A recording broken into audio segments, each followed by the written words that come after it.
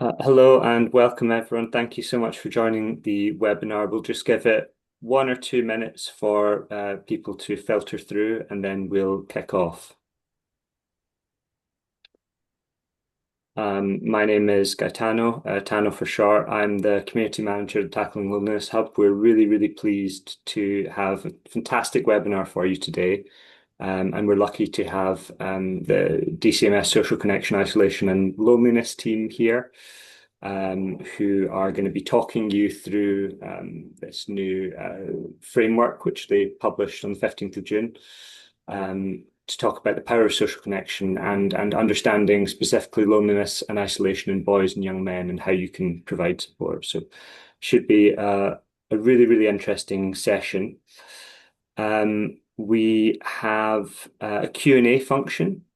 So if you have questions throughout the day, then please just submit them through the Q&A function, and later on in the session we'll come back and start answering them. But yeah, that is it from me. I'm going to hand over to Alina Selman, who will tell you a bit more about the content today. Thanks very much, Tano. Welcome, everybody. It's so great to have so many of you with us today. I'm Alina Selman, and I head up the policy team in the Department for Culture, Media and Sport that has responsibility for social connection, isolation and loneliness. And what we do essentially is we work across government to help everyone across all demographics to have the social connections that they need to thrive, ideally.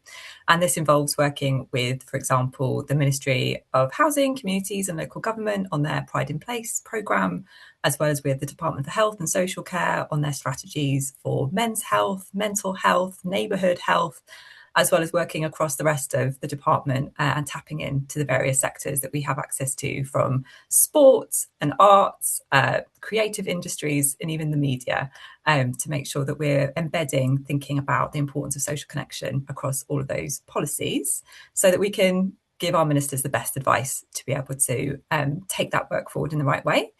Alongside that work across government, we're also really passionate about making sure we create opportunities like this for people across all different sectors, whether it's national charities, local authorities, people working in private sector, to come together, feel part of a bigger community across the country and be able to share best practice, and talk to each other about different ways of tackling loneliness and improving social connection.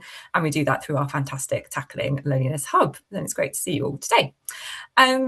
At the moment, a lot of my team's work is focused on the challenges that are facing particularly boys and young men. So we're looking to really understand and support them, particularly on reducing loneliness and isolation and helping them find opportunities for social connection. So, as I say, it's great to have so many of you here to find out more about this work. We'll be talking through our recent publication, the Social Connection Framework, and we'll also be talking through the research that underpins that publication and touching on some of the direct feedback that we had from boys and men that we spoke to about their own experiences. So I think that's all from me for now, and I will hand over to Olwen to kick us off. Thank you, Alina. My name is Olwen. I'm part of the Social Connection, Isolation and Loneliness team, and I've been supporting the development of the Social Connection Framework since April this year. We published the Social Connection Framework during Loneliness Awareness Week in June, and I want to start by providing a bit of background. So in summer 2025, our Secretary of State held a roundtable with stakeholders from a range of sporting organisations who called for a framework to help those working across sectors to provide support for boys and young men. They felt that some organisations were really knowledgeable in this area, but that more could be done to ensure that everyone had access to information. So following the roundtable, we conducted a review of existing resources that were available to organisations. And we found that although there are resources available, there's no central location to access these. So we wanted to produce a framework to provide guidance on considerations related to loneliness and social connection when working with boys and young men aged 10 to 25. We wanted to ensure that this framework would be practical and implementable for those working on the ground. And we wanted to do this because we know that 1 in 4 boys and young men aged 11 to 24 say that they feel lonely at least some of the time.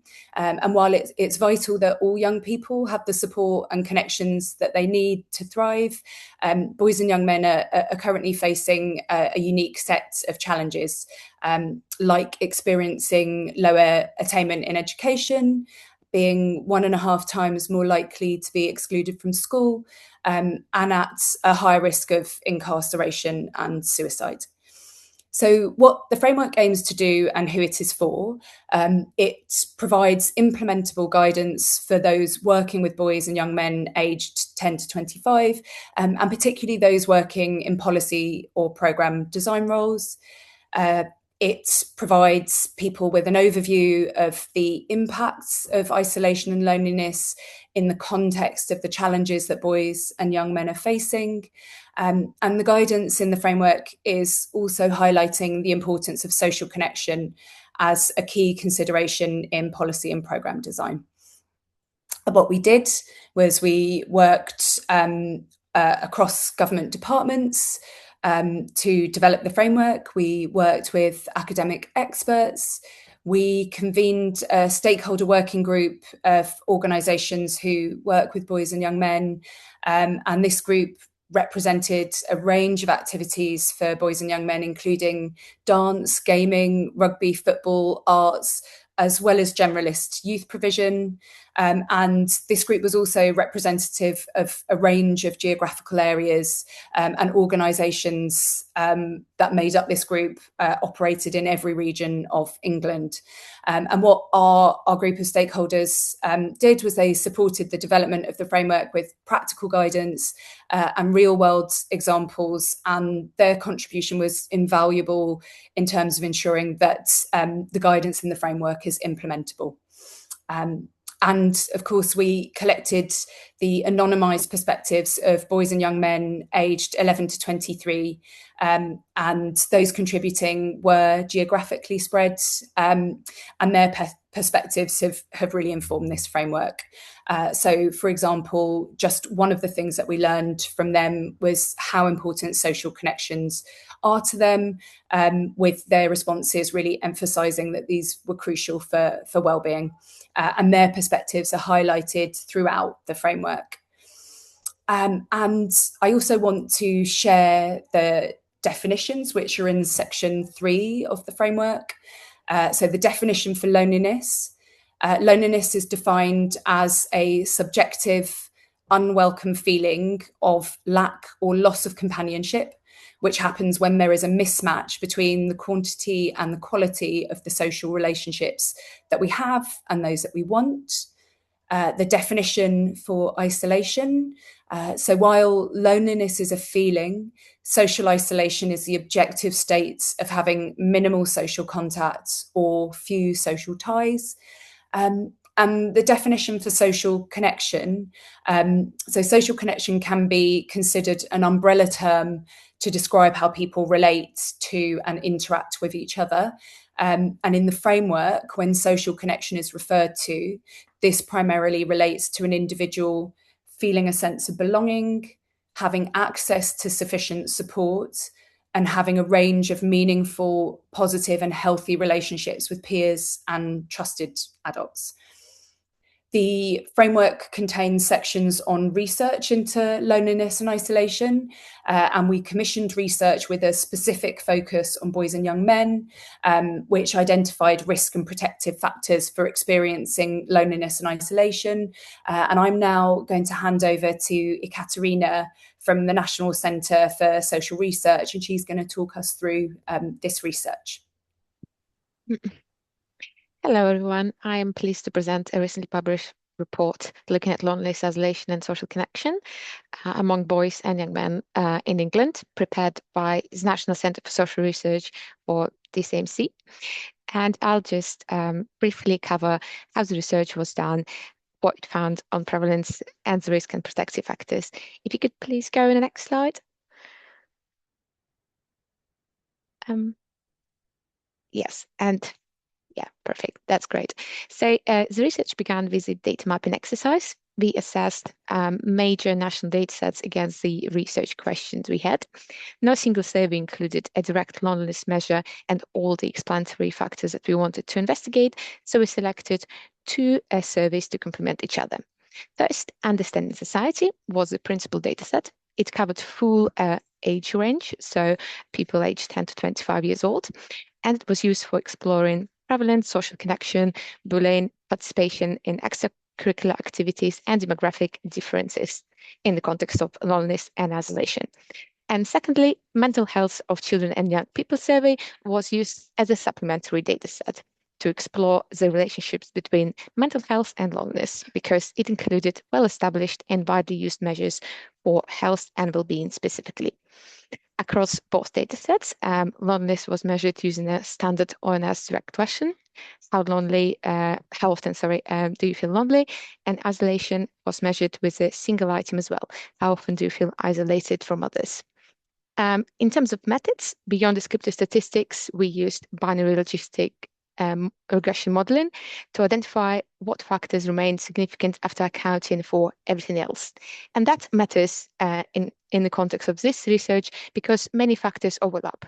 For example, unemployment or poor mental health can go together, and regression lets us see which one is independently associated with loneliness rather than just reflecting each other like descriptive statistics would show. If you could move to the next slide, please.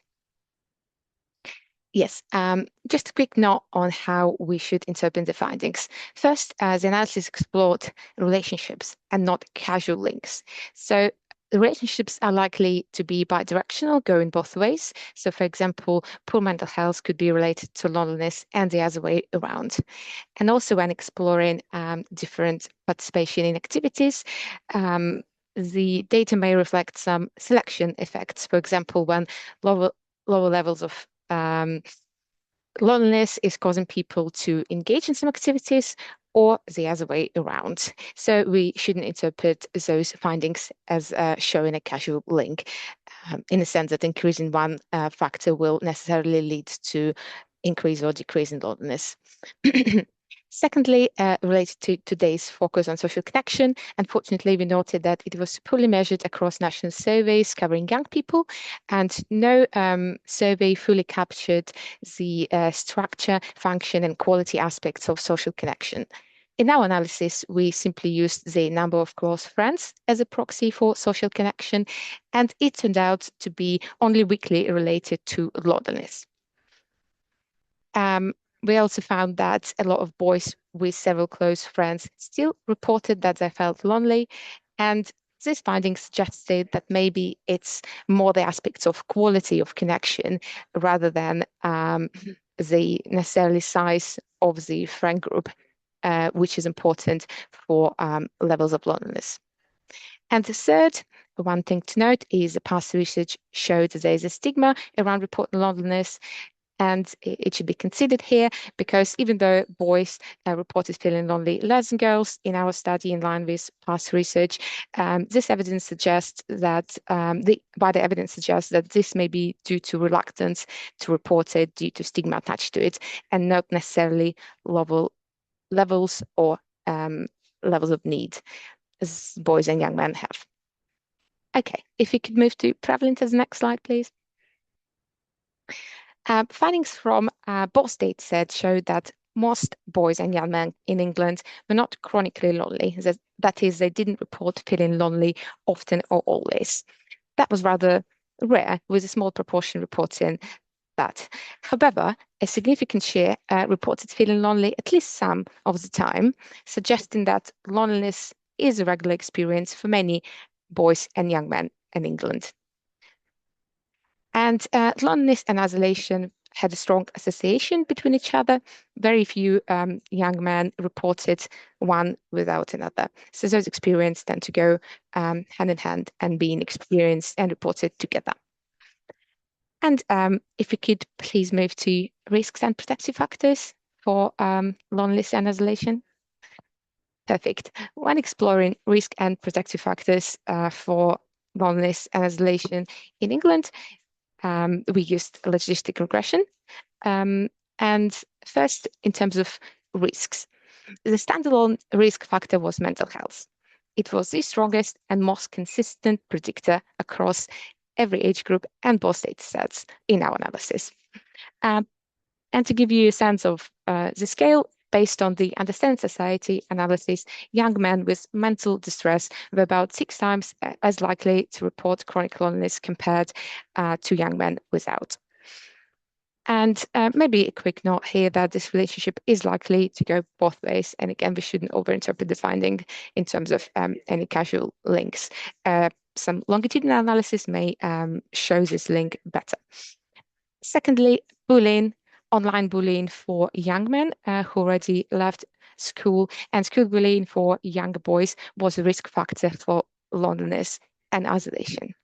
For instance, the predicted probability of loneliness rose from 29% among those never bullied to 8% among those bullied frequently. Those are figures for school bullying and younger boys, I believe.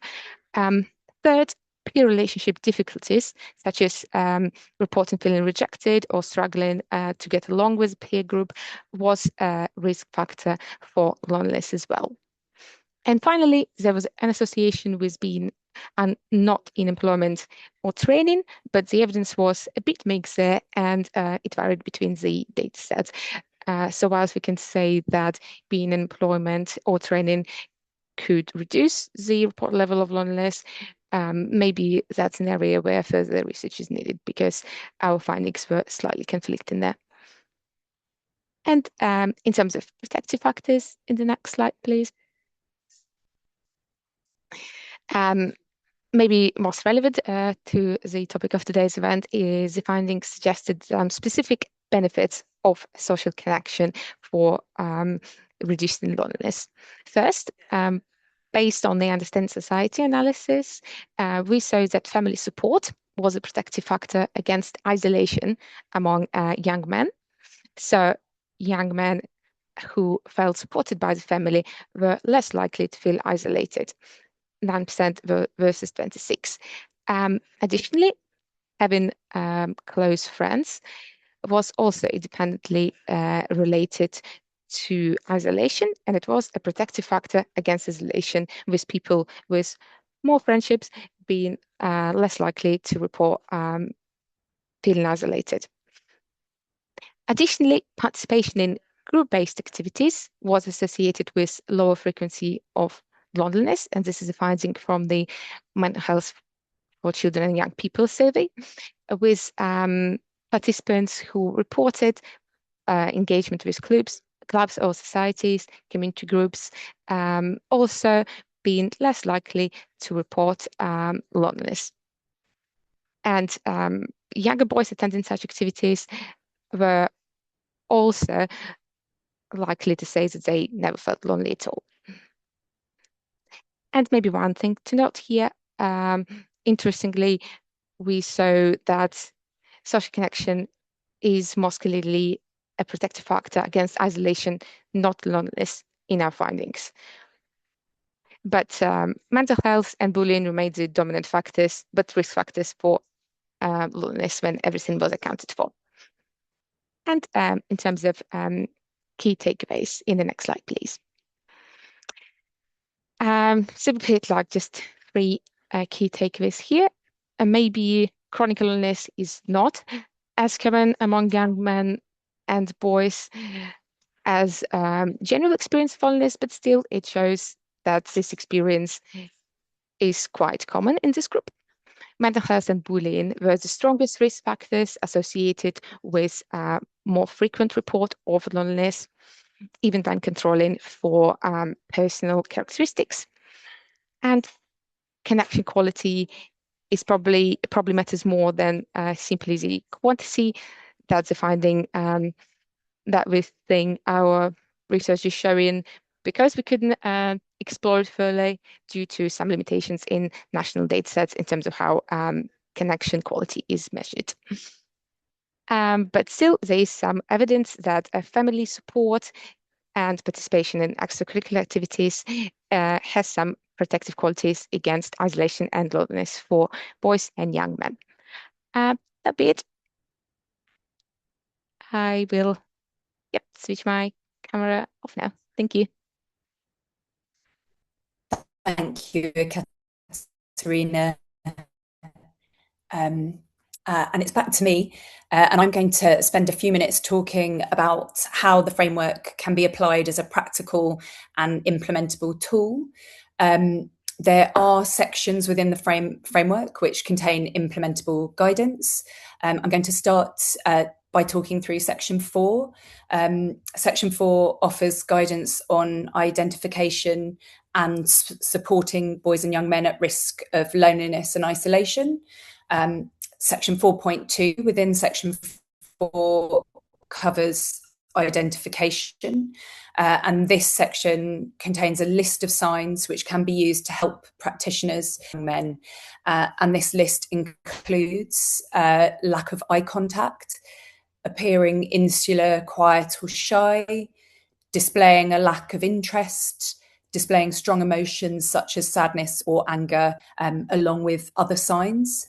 The insights in this list are based on contributions from academics, researchers, representatives from organisations who deliver programmes for boys and young men, and the perspectives provided by boys and young men themselves.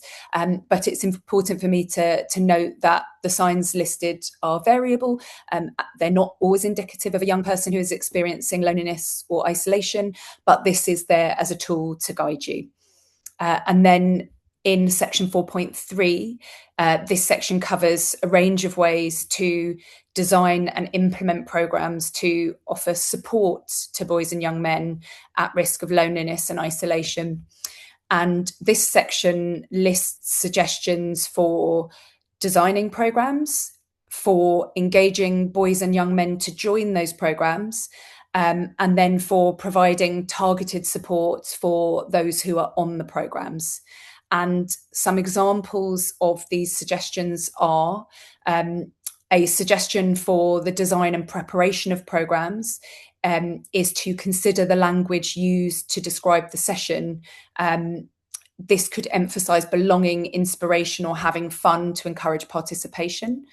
A suggestion for how to initially engage with boys and young men is for session leaders could arrange informal chats with prospective participants, as this can help to build rapport and encourage engagement in sessions.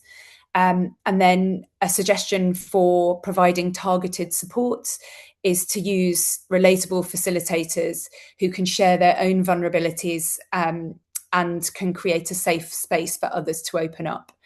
And the suggestions listed in the support section can be adopted or adapted based on your session and the needs of your audience. And then section 4.5 provides guidance on how to evaluate the effectiveness of your programme and whether it is having the impact that you're looking for. And the next section in the framework is section 5, called The Power of Social Connection.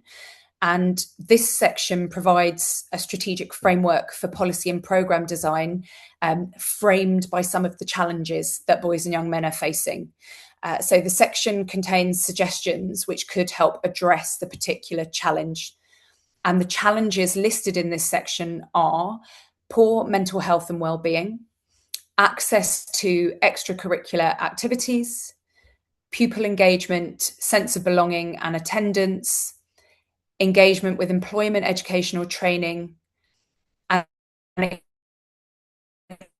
exposure to online harms. And there are suggestions for how your policy or programme can address each challenge. For poor mental health and well-being, a suggestion is to provide trusted adults where appropriate to engage with boys and young men in a meaningful way.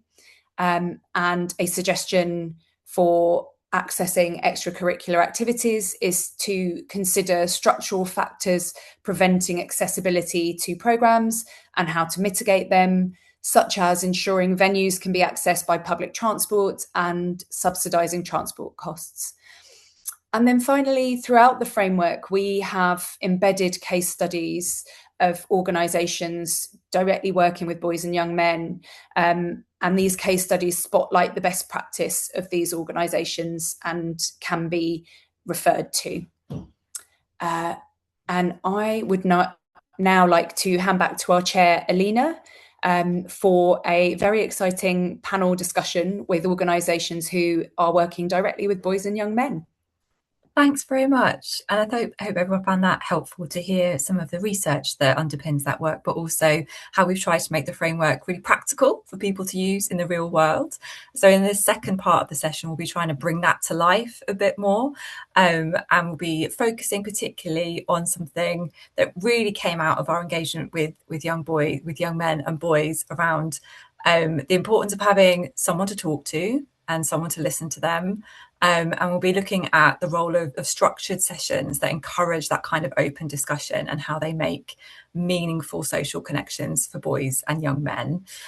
So I am really happy to have three people with very deep experience and expertise in this area, and they're going to share their advice and their tips on how to design and implement these kinds of sessions, and also talk about the impact that these have had on boys and men at their organisations. So everyone listening, please do continue to share your questions for anyone who's speaking across the whole session, and we'll come to those towards the end of our webinar. But I will hand over now to just do some introductions before we go into the panel discussion. So Chris, let's start with you. If you could introduce yourself and say a little bit about your organisation, that would be great. Thanks, Alina. Yes, really privileged to join you all this morning. My name's Chris Wright. I'm Head of Wellbeing at the Youth Sport Trust. We're a children's charity based at Loughborough University. Wonderful, thank you. Harry, I'll come to you next for an introduction. Yep, thank you. My name's Harry Foster. I'm based out of the Warren Youth Project, which is a vast youth project with many different projects within that, and we're based in Hull. Fabulous. And Jamie, last but not least. Hi everyone, I'm Jamie Lowe. I'm Head of Academy at Fight for Peace, and at Fight for Peace we deliver combat sports to young people, but then we have a 5-pillar approach to supporting young people in a holistic way. Brilliant, thank you. Great to have you all with us. And we'll delve into a bit more detail on all of those programmes as we go through the panel discussion. But I'm going to start with a question directed initially to Chris, but Harry, Jamie, do feel free to chime in as well. I'm interested to know about how you introduced your programme, and how did you recognise that this type of session was needed? And then how did you encourage boys and young men to participate in discussion groups sort of once they'd joined? Thanks, Alina. So Boys Move is ostensibly a CPD programme for educators working in schools across the UK. And it was actually born out of feedback from a number of schools in our network, directly from head teachers who are noticing, particularly over the last few years since COVID, an underlying theme around what they described as the forgotten middle. So they were boys that were really going under the radar when it came to their engagement with school life, particularly for us as a charity around sport and physical activity. They're engaging in extracurricular activities, but also their wider contribution to sort of their peers and the world around them. So that could manifest as their interest in particular subjects, their confidence with engaging with certain types of activities, or indeed just generally their attendance and behaviour when they were at school. So it wasn't necessarily those young people who might well be on the radar of, around particular aspects of their background or their heritage, or indeed, at risk of exclusion, but particularly those young people they described as going under the radar. So where we started actually was trying to unpick what was going on in those young boys' lives, and three things really came to the fore. One was that they weren't able to sort of self-regulate and engage positively with the learning environment, and some of that had to do with poor mental health. It had to do with the lack of exposure to sport and physical activity more broadly. But I think what was really interesting was this aspect of lacking self-worth, particularly in a digital age where they were constantly being bombarded by images of what they needed to look like, sound like, and be like. So I suppose moving on to the second part of your question, Lena, is how we then brought Boys Move to the fore. So as a charity that is largely about how we use the power of sport and play to benefit children's lives, it was really important that the program was co-designed through the voices of those young boys, but also the projects that schools are able to implement is designed entirely around what they want to discuss, what they want to sort of lead each other on in terms of what they really want to see as a benefit to them personally, but also as a group. So there's some of the foundations of Boys Move really mirrors what Alwyn has presented there, in that the language is really important, the safe environment is really important, that they get to choose the topics and the things that they want to explore, that the activities, the sport and physical activities, are about teamwork and cohesion and friendship groups. And I suppose from a young boy's perspective, and it was a long time since I was that age, but having that connection through a shared experience, and something that they shared an enjoyment of doing. So yes, we have a curriculum where they might explore topics around body image or male toxicity, or indeed mental health and isolation. But the act of being together, playing together, and creating those friendships and connections is probably the foundation of everything we do.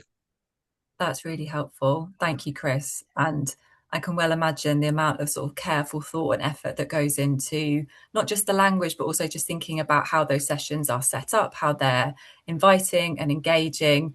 Have you got any practical advice about kind of once you've got people through the door, so to speak, how do you get them engaged? How do you get them to open up as part of those discussions? Or perhaps sort of to flip it on its head, any sort of challenges that you faced that you had to overcome in helping those boys and young men to open up?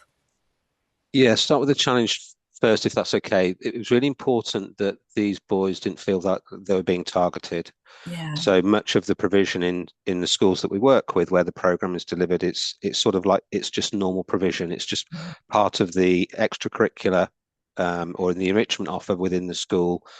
And these boys might well, because they're quite often not in sports teams and highly engaged in physical education, doing examination PE, etc., that this is almost like provision that is for another type of young person's motivations and enjoyment of being active. Yeah. Two really key principles here, and I'll go back to co-design. It has to be developed with the young people themselves. And the second is that we create an environment where trusted adults can really come to the fore. So this isn't necessarily your normal maths teacher or indeed your normal PE teacher. Some of the schools that we've worked with have got like youth workers on site. They've got pastoral team involved. They've got mental health support teams involved.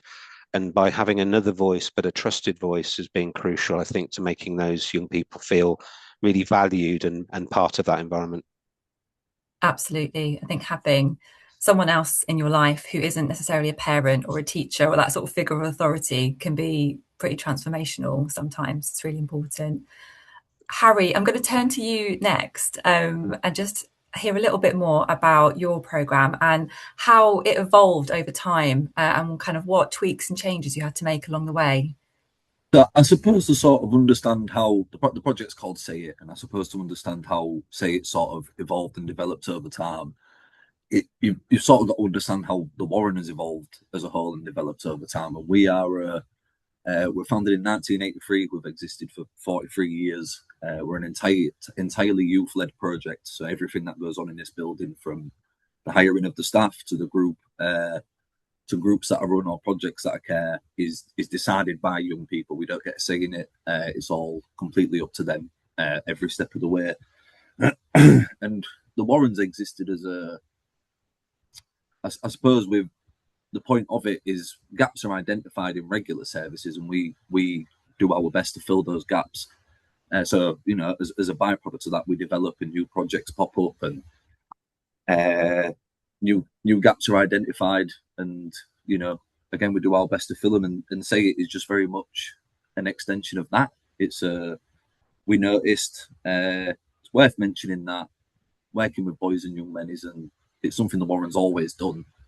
but we noticed there was a real need for a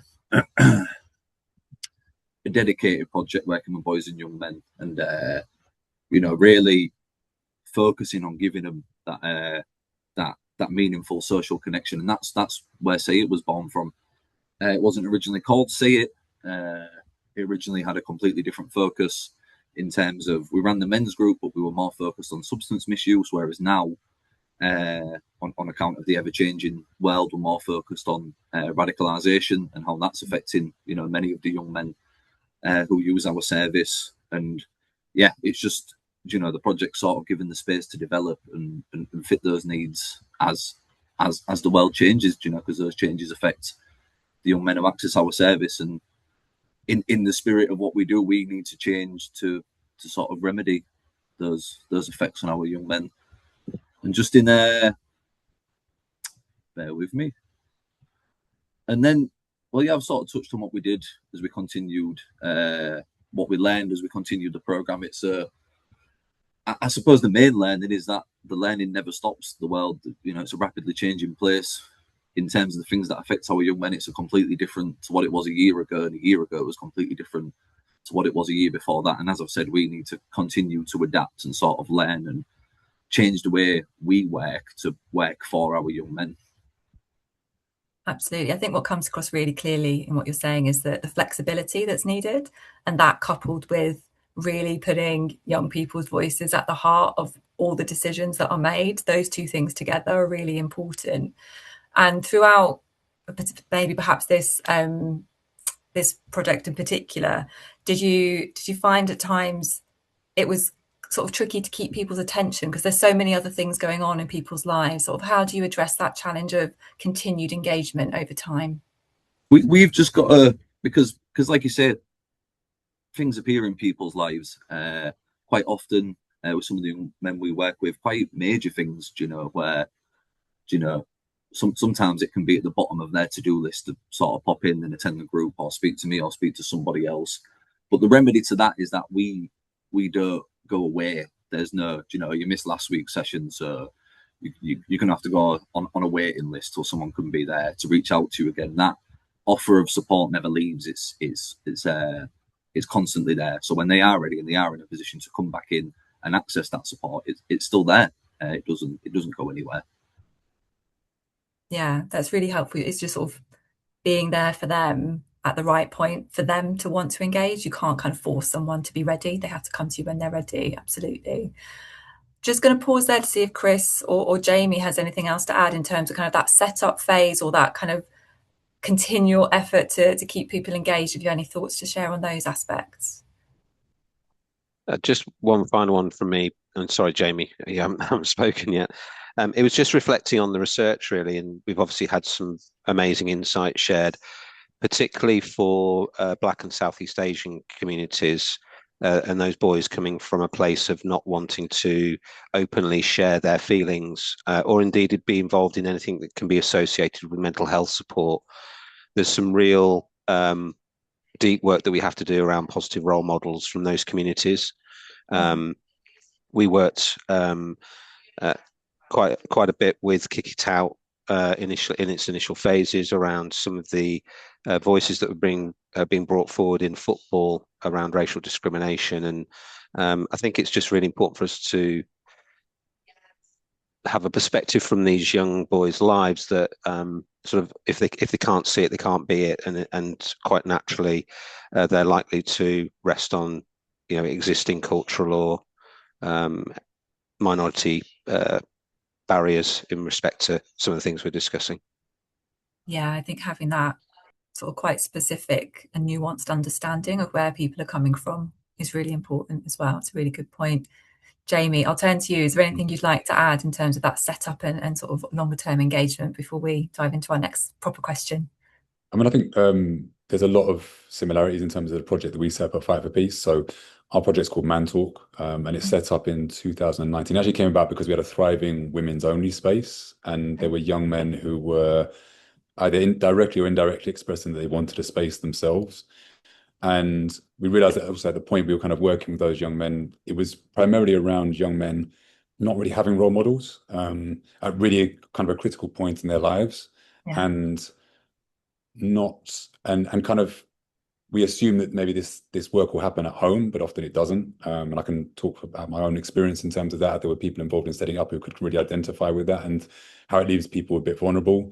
So we set up for a pilot project, Man Talk, and it was very, very successful. It was kind of just about building a community. The idea was that young men would get together with kind of skilled professionals to kind of sit down and break bread. So we had the idea of food. Food was a key thing in it, and sitting around in a circle so there's no one kind of ahead of a table, and just having conversations. And we didn't position it as being, let's talk about our feelings. We positioned it about like, what is it to be a man? What is that experience like? But then with that, you find that it does delve, young people do delve into their feelings, particularly when staff members are able to talk about their own experiences as well. And as a result, it thrived over time, and we had to adapt it a bit through COVID and various other things. But we find now that for a lot of young men who are experiencing depression, when we make referrals into Man Talk, they've actually said they found it a really positive space, that they've actually found there's a community there that they can talk about how they're feeling. And you find young people kind of come in and come back out again, but when they come through struggles, you often find that's the point where they really kind of delve into the community and kind of engage really well. Amazing. I mean, that leads me perfectly onto the question I was going to ask you, which is about like the impact that it has had on the people that you've worked with. I don't know if you'd like to give a few examples or kind of talk more broadly about some of that, the change that you've seen come about as a result of the work you've done. Yeah, but I think there's it's I think we all need community. We're social beings, and I think when we found that when young people, particularly as there's been a shift more towards around COVID, we found a lot, obviously, the shift more to everything being online. Young people really wanted a physical space where they could come and be and actually connect with each other, and learn from each other. And it's definitely kind of peer led in the way that we do it. That young people are able to kind of we have topics that we sometimes bring in, but sometimes these topics are dictated to us by young people as well. And we're not rigid. That if the conversations take a particular direction, we kind of go with it. And young people find that's really, really helpful, really beneficial to them. We also get referrals in from local authority, etc., for young people that actually would benefit from this type of space. And we do find that young people who do engage, and the difficulty a little bit sometimes in a space where we've always got sports sessions going on, is young people want to do the sports, but they also they want to do this, they want to come into the space. But we do find that there are young men who go in there who just tend to engage with it really consistently over a long period of time, and that's really positive. And the feedback from us is that we've asked whether they want to change things, and that hasn't really been. There's not really been an idea to change too much about it. It's been like, this is a space they really enjoy. What happens in there? Obviously, we tell them obviously there's safeguarding involved, etc. But what happens in there, unless there's a safeguarding concern, stays within that space. And that is really important for young men to feel like they can open up and be honest about all of the challenges they're facing or what they're experiencing, and know that's not going to kind of go into conversations they have with other people outside of there. Yeah, it sounds like a really empowering environment that you've made for them to be able to connect with other people in a way that perhaps they don't feel comfortable doing in other contexts. So I can see how that would make a massive difference to those people. Harry, Chris, perhaps you'd like also to share some examples or some reflections on the impact that your programs have had as well. Yeah, if I could just come in, Yeah. it's the whole idea behind this framework is social connection. As everyone knows, we're aiming to tackle loneliness and isolation, and we see a lot of extremely lonely young men accessing the Warren. Like it was touched on that we get a great deal of people who've got many friends to speak to, countless people throughout the day, but there is a lack of real, genuine, meaningful social connection, and that's really what we're trying to create through the group that we run. And then I should have mentioned, really, we run a group weekly, and I also run one-to-one sessions because sometimes I think the group can seem like too daunting of a task to go straight into. So, can run one-to-one sessions and sort of ease people into it. But yeah, what we're doing and what we have been doing is really creating that meaningful social connection between these young men. And again, if the group's too much, the sort of trusted adult side comes into it, where that initial connection can be made with me or other members of staff. And again, we just really support them to find that deep connection with people, as opposed to what can sometimes just be quite, flippant associations with other young people. Yeah, I think that comes across really strongly in everything that all three of you have talked about, and from the research as well, and through the framework, is actually the quality of those relationships is what counts, not the quantity. And it takes a lot of effort to put the right conditions in place to help those sorts of meaningful relationships to happen. So it's really great to hear from you. Chris, do you want to have the last word on the impact of yours before we have to wrap up here? Thanks, Alina. So I think because we work in schools, we have to be mindful of what schools are accountable for. Sure. So some of the immediate impacts around attendance, behaviour, and indeed achievement have been noted. But I just wanted to pick up on sort of three wider benefits, really, which Jamie and Harry have already articulated. One is sort of that feeling of self-worth, and how that translates then into their contribution to other people's lives. So we've seen young people take on leadership roles. Jamie mentioned peer leadership and also volunteering in the community. The second is Armin and Lucas, who's on our video as a case study, who was sort of the basis for our work with you. Breaking down cultural divides through friendship. So Arman came from is a Ukrainian immigrant who came over because of the war, and Lucas is Southeast Asian young man who with autism. So there was an understanding of each other's backgrounds and cultural heritage through the friendships that was created. And the third, which is probably a topic of the day, is also attitudes towards other ethnicities and also to women. So these young men have been exploring the aspects of male toxicity and misogyny, and I think that's a really powerful message that we can all take away. It's not just a social connection and sense of belonging, but it's also the wider societal impact that we can have. Absolutely. Thank you all. I'm so grateful for all of your time today. It's been really powerful to hear those stories and reflections, and hopefully also some really practical advice in there as well about how to set these things up in a way to have that impact that we all want to see. So thank you very much indeed. I could talk to you for much longer, but we have to keep the webinar to a reasonable amount of time. So I think now I'm passing over to Olwen to see what questions we've received from the audience and what they'd like to hear a little bit more about. Yeah, thank you, Alina. You are, and I'm just having a look through the questions that we've got. I am going to ask this question first because we've obviously got three brilliant panelists who work on programmes directly with boys and young men. This question is from an audience member who works for a charity offering free counselling to young people, and has said that they do reach young males, but can you suggest how we could reach more? So I thought, while we've got the panelists here, it would be great to hear from you about any ideas that you have for this audience member.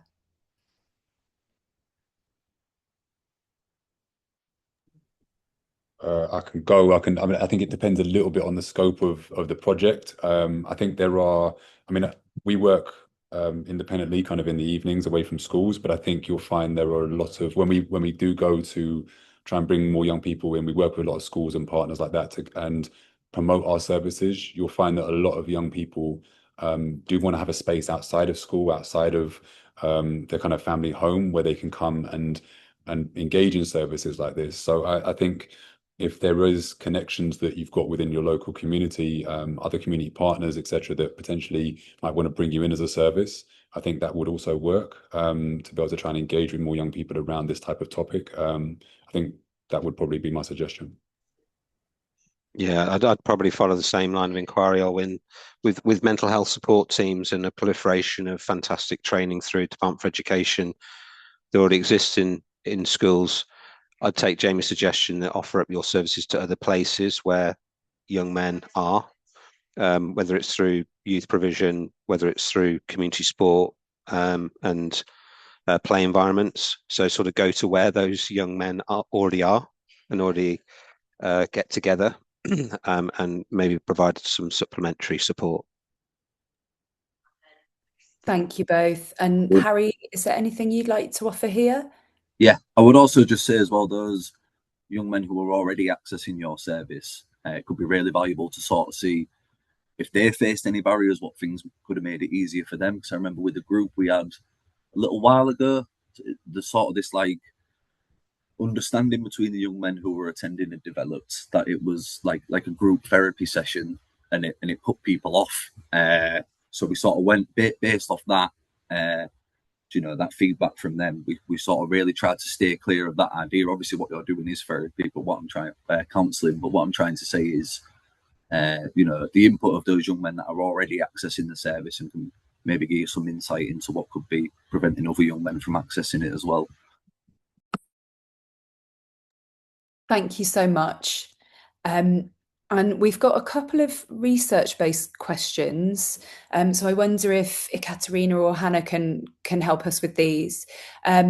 Somebody's asking, how do the research findings compare to those for loneliness and isolation in older men? Are they similar, or are what you found specific to younger boys and men? Hi, Olwen. I can take that one. That question. Thank you. Just I'm Hannah. I worked on the research project alongside Ekaterina. Yeah. So a lot of the research that we looked at was specifically around things that were asked in the surveys of young people. So a lot of them were around like specific things around like school bullying or that kind of thing. And we didn't compare in this research against factors like looking at the older age groups. But I think from other research, as the question suggested, there is definitely links and common threads around factors that are associated to loneliness with older age groups as well. And I think mental health is a big one. I know NatSen did a project a few years ago for DCMS that looked at the relationship between mental health and loneliness in more detail across the age group, and found that was kind of a strong factor that was associated at different points in people's lives. I think that was with like adults in general. I'm not sure exactly around the older male age group, but that's definitely one that kind of a thread that kind of goes throughout age groups. Also, I know that we've done previous research before on the link between loneliness and disability, which I think we explored in our research, but it didn't come out very strongly in the data. But I know that's also a strong kind of factor that comes across in older age groups and adult age groups as well. And we also have done a qualitative study looking at the links between looking at kind of experiences of loneliness of young disabled people as well. So it didn't come out in our data, I think, because of sample sizes and things like that. It didn't come out as a strong link, but it's also something that's potentially a thread across both adults and young people. Thank you, Hannah.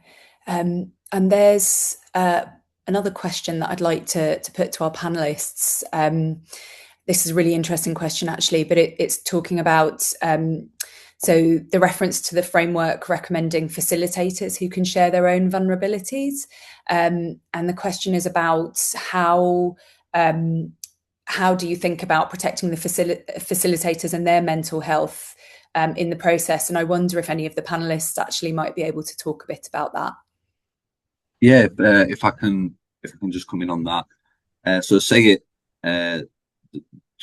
like I said, it was based off a need that was identified, and that subsequent projects emerged from that. The need that was identified by me as a young person. I used to access the Warren, so it's sort of built, not so much anymore, but in its very initial stage, it's built on my own lived experience. And that's important because sharing that can help the young people to identify with me a bit more, can help me to identify with them a bit more.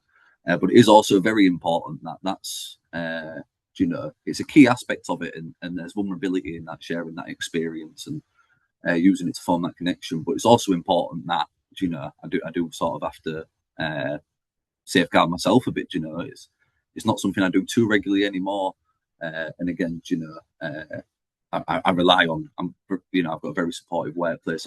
I rely on them because sometimes sharing those experiences can be a bit much. So yeah, I think it's an important aspect of it, but it's also important to sort of take care of yourself within that process as well. Yeah, similarly, Owen, we rely on trying as much as we possibly can to work with those teachers and school staff members who have some lived experience and are coming from the same backgrounds and communities as the young people working with, as well as our own athlete mentors who are, very similar backgrounds and lived experiences. So we, as the Youth Sport Trust, have our own very specific safeguarding and support in place for those athletes. And equally, we ensure that those safeguarding and support mechanisms are in place for staff who are essentially making themselves vulnerable through some of the conversations and work that they're delivering. Thank you so much, both of you. And just to say that within the framework, there are links to safeguarding as well. So that is contained within the framework. I think we've probably got time for one more question. And I think this might be for a different government department, not DCMS, but I'm going to read this out anyway and see if, Alina, you might be able to answer this for the person who submitted it. This person is asking, how many connections are being made to social and healthcare providers around screening for loneliness? Around screening for loneliness? I'm not sure I follow the question, I'm afraid. It's okay. It's in relation to social and healthcare providers. So I thought it might actually be something that would be for the Department of Health. So yeah, I think it's possible we can't provide any information about this. So I apologise to the person who's asked this. Yeah, I mean, I might not know exactly what the person's getting at precisely, but I would say that the Department for Health and Social Care would be the department that would have responsibility for that. I know they've been doing lots of fantastic work, particularly on social prescribing and helping GPs be able to identify better people who are experiencing loneliness or isolation or in need of a bit of extra support, and being able to almost like give them a prescription, not for a medical intervention, but for a social intervention, and direct them towards activities and community opportunities that are local to them. So I think that, alongside all of the work that's going on in DHSE in terms of the 10-year health plan and trying to shift a lot more healthcare from hospital into communities, is a big part of this as well. Particularly for boys and young men, there's the men's health strategy that was published a few months ago, and just last week the consultation closed on the new mental health strategy that department's working on. So there's a lot of really relevant activity that we're certainly feeding into, and I would encourage everyone on the call to feed into as well. So hopefully that's kind of a helpful bit of context, even if perhaps it didn't answer the exact question. I think, Owen, there's some fantastic work being done in the Northwest with Man versus Fat. Again, perfect description, Alina, of social prescribing, initially for men with weight issues, but ostensibly it is about their mental health and social connection as a value. Oh, thank you so much. I'm just going to bring up my last slide, which has the link to our social connection framework. And I'm going to hand back to Alina for any closing remarks she'd like to make. Thank you. I mean, just to say a massive thank you again to all of our speakers and our panelists, and thank you for those really thoughtful questions at the end that helped us to delve into a bit more detail into the things that we've been talking about. I really hope you all find the framework helpful, and if you've been sitting through this thinking, I've got a story to tell, I've got some evidence to share, I would really love to talk more about what I'm doing and hear about what other people are doing, please do get in contact with Tano, the community manager for the Tackling Loneliness Hub, because we would love to have more opportunities like this to hear from people and to share experiences, so we can all help each other to support people who need it the best that we can. So thanks again, everybody. Thank you so much, and thank you for that plug, Alina. As Alina mentioned, we're always really happy to sit down for coffee and to kind of help facilitate connections between different people working in this area. I'd also just like to echo massive thanks to everyone who presented and spoke. It was a really interesting session. It's been recorded, and a recording will be available in the hub in the coming days. So if you have any colleagues who you think would benefit from seeing this, then please do feel free to share it widely. Thank you so much.